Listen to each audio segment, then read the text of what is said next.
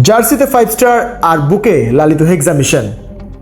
মরক্কোর বিপক্ষে ড্রয়ের অস্বস্তি কাটিয়ে ফিলাডেলফিয়ায় চিরচেনা রূপে ফিরল সেলেসাও বাহিনীরা।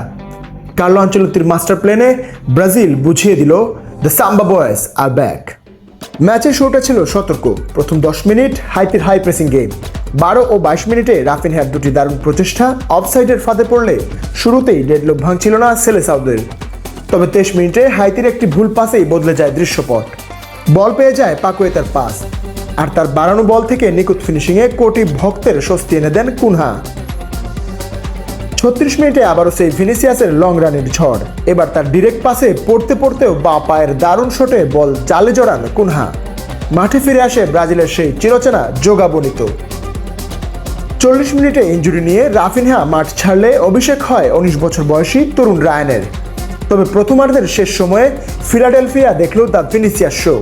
একক নৈপুণ্যে চোখ ধাঁধানো এক গোল করে নিজের শ্রেষ্ঠত্বের জানান দেন তিনি। এক গোল ও এক অ্যাসিস্টেই তিনি ম্যাচের মূল কারিগর। দ্বিতীয়ার্ধে ব্রাজিল কিছুটা গতি কমালেও হাইতির কফিনে ততক্ষণে শেষ পেরেক টোকা হয়ে গিয়েছে। সফল হয় আনচেলত্তির গেম প্ল্যান। শুরু হয় ব্রাজিলের নকআউট যাত্রা।